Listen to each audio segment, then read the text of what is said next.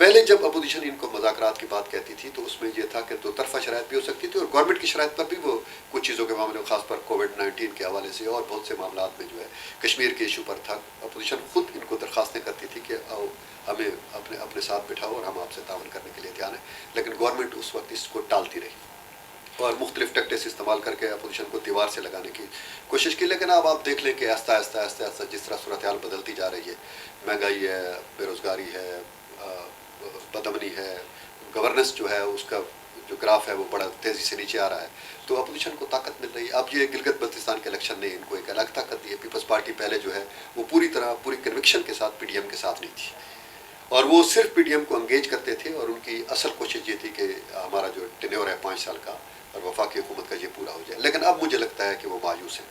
اب وہ چاہتے ہیں کہ چلو جس طرح اپوزیشن کہہ رہی ہے ہم ان کے ساتھ چلیں گے، کیونکہ ان کو اپنا مستقبل اس گورنمنٹ کے ساتھ وابستہ دکھائی نہیں دیتا، اپوزیشن کے ساتھ وابستہ دکھائی دیتا. اچھا، جی بی کو پاکستان میں ضم کرنے کے لیے، آئینی صوبہ بنانے کے لیے جو کوششیں جاری ہیں، اور یہ حکومت فیصلہ بھی کر چکی ہے، اور اپوزیشن کی آرمی چیف کے ساتھ ملاقات ہو چکی ہے اسی معاملے پر، تو آپ کیا سمجھتے ہیں کہ گلگت بلتستان جو ہے وہ تو آزاد کشمیر کی طرح ہی ایک متنازع علاقہ ہے. اقوام متحدہ کی قراردادوں کے مطابق اگر ہم بھارت سے یہ مطالبہ کرتے ہیں کہ وہ مقبوضہ کشمیر کو نہ چھیڑے، تو اگر ہم آزاد کشمیر کو اور گلگت بلتستان کو اس طرح چھیڑتے ہیں، تو آپ کیا سمجھتے ہیں کہ 5واں صوبہ جب ہم گلگت بلتستان کو بنائیں گے تو مسئلہ کشمیر جو ہے، تنازع کشمیر جو ہے، وہ کتنا متاثر ہوگا؟ آیا وہ حل کی طرف جائے گا یا مزید پیچیدگیاں پیدا ہو جائیں گی؟ ہاں، یہ ایک بڑا امپارٹنٹ ایشو ہے جو اس وقت اس پہ کافی ڈیبیٹ، خاص طور پر آزاد کشمیر کے اندر اور گلگت بلتستان کے اندر اس پہ کافی ڈیبیٹ جاری ہے. اصل میں کچھ چیزیں ایسی ہیں کہ ان کا تعلق ہمارے پرسپشن کے ساتھ ہے، حقائق کے ساتھ نہیں ہے.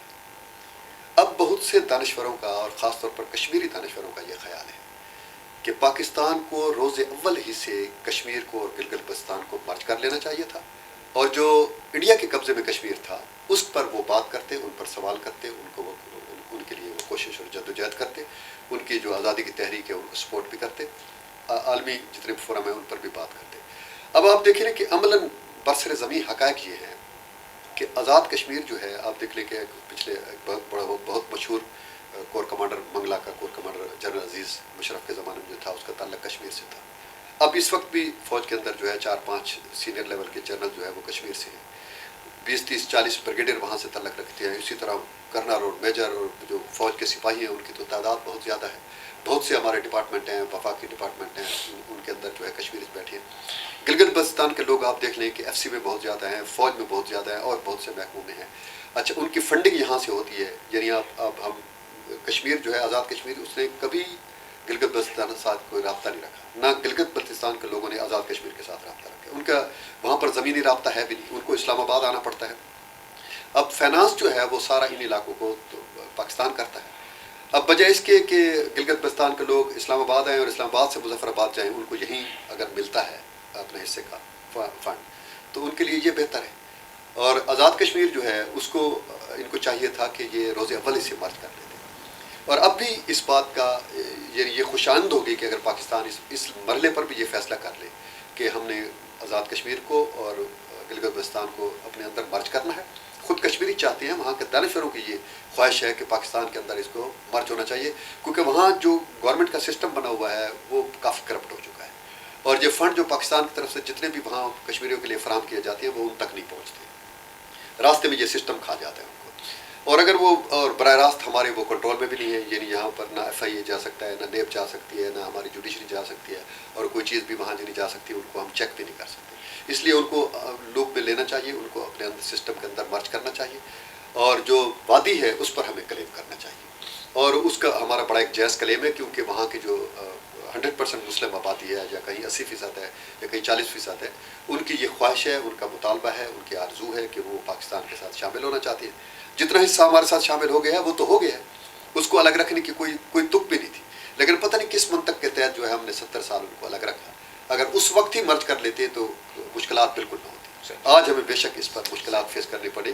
اور ایک نیا نقطہ نظر ہے جو خود کشمیریوں کی طرف سے یہ بات پیش کی گئی ہے، ہمارے ساتھ ڈسکشنوں میں بھی انہوں نے یہ کہا ہے کہ ہم چاہتے ہیں کہ پاکستان کے اندر ہمیں مرج کر لیا جائے، اور جو وادی ہے اس کا تقاضا جو ہے وہ کیا جاتا رہے، اور اس کو نہیں چھوڑنا چاہیے. یہ کشمیری جو ہیں جو ہمارے ساتھ شامل ہو جائیں گے یہ خود اس بات کا تقاضا کریں گے کہ اس جو ہے سرحد کے اس پار جو ہمارے بھائی پڑے ہیں ان کو ہمارے ساتھ شامل کرو.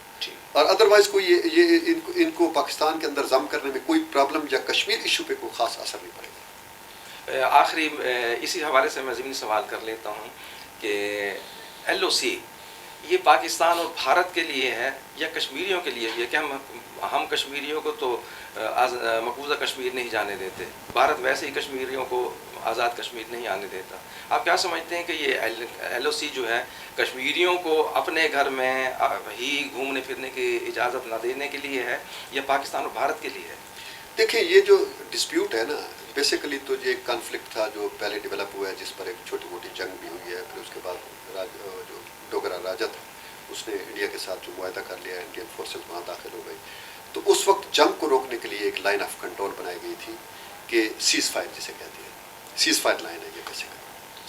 باقی رہ گئی جو تقسیم ہے آپ دیکھ لیں مقصد بہت سی چیزیں ایسی, پنجاب تقسیم ہو گیا, بنگال تقسیم ہو گیا, بنگال مغربی بنگال جو تھا وہ انڈیا میں رہ گیا, مشرقی بنگال پاکستان بن گیا. اب بھی وہ آزاد ہے, انڈیا کا حصہ تو نہیں ہے وہاں. اب بھی بنگال جو ہے وہ دو حصوں میں تقسیم ہے, ایک کو بنگال کہتے ہیں, ایک مغربی بنگال ہے. پنجاب جو ہے مشرقی پنجاب, مغربی پنجاب, سندھ اسی طرح تقسیم ہوا ہے اور بہت سے علاقے تقسیم ہوئے. تو یہ جو تقسیم ہمارا جو بٹوارا 1947 میں ہوا ہے تو وہ ہوا ہے. اب اس میں اس وقت جو سچویشن ہے میرا اپنا یہ خیال ہے کہ جو وادی ہے اس کو لامحالہ جو ہے اس پر ایگری ہونا پڑے گا دونوں ملکوں کو کہ وہ آزاد ہو. کچھ حصہ جو جموں کا جو جس علاقے میں ہندو زیادہ ہیں وہ ہو سکتا ہے کہ بھارت جو ہے اس کو مل جائے جس طرح یہ ہمیں مل گیا ہے. لیکن وادی جو ہے مجھے لگتا یہ ہے کہ عالمی طاقتیں بھی, ریجنل پاورز جتنے ہیں وہ بھی, اور خود پاکستان اور انڈیا کو بھی اس بات پر متفق ہونا پڑے گا کہ وادی جو ہے اس کو آزاد حیثیت جو ہے ہو, جس میں بارہ مولہ وغیرہ اور سری نگر اور یہ علاقے ہیں جہاں پر مسلم آبادی ہے. تو اس میں کوئی ایسی بات نہیں. آپ اس پہ بات چیت ہو رہی ہے. آپ ایک نئی چیز میں آپ کو یہ بتاتا چلوں کہ جو سعودین گورنمنٹ نے اب اپنا 20 ریال کا ایک نیا نوٹ جاری کیا ہے اس پر انہوں نے وہ سری نگر کے بہت سے علاقے جو ہے ان کی تصاویر دی ہیں. تو ان کی جو مسلم دنیا ہے ان کی کشمیر کے ساتھ جو اٹیچمنٹ ہے یا وابستگی ہے اس کو لوگ بالکل آج بھی ریکگنائز کرتے ہیں. ایون عرب بھی ریکگنائز کرتے ہیں, ترکی بھی ریکگنائز کرتا ہے, ایران بھی ریکگنائز کرتا ہے, سارے کرتے ہیں. تو میرا اپنا یہ خیال ہے کہ اس وقت جو پیراڈائم شفٹ ہے اس میں الٹیمیٹلی بھارت کو بھی اور پاکستان کو بھی اس بات پر متفق ہونا پڑے گا کہ وادی جو ہے وہ آزاد ہو. یہ جو آزاد کشمیر ہے اور گلگت بلتستان یہ پاکستان میں مرج ہو جائے, اور کچھ حصہ جس میں ہندو آبادی ہے وہاں پر جموں ہے یا اوپر کچھ لداخ کے علاقے ہیں جس میں بدھسٹ ہیں, تو وہ ہو سکتا ہے کہ انڈیا میں ضم ہو جائے. آپ کا بہت بہت شکریہ. ناظرین اسی کے ساتھ ابو المعظم ترابی کو اجازت دیجیے. اللہ حافظ.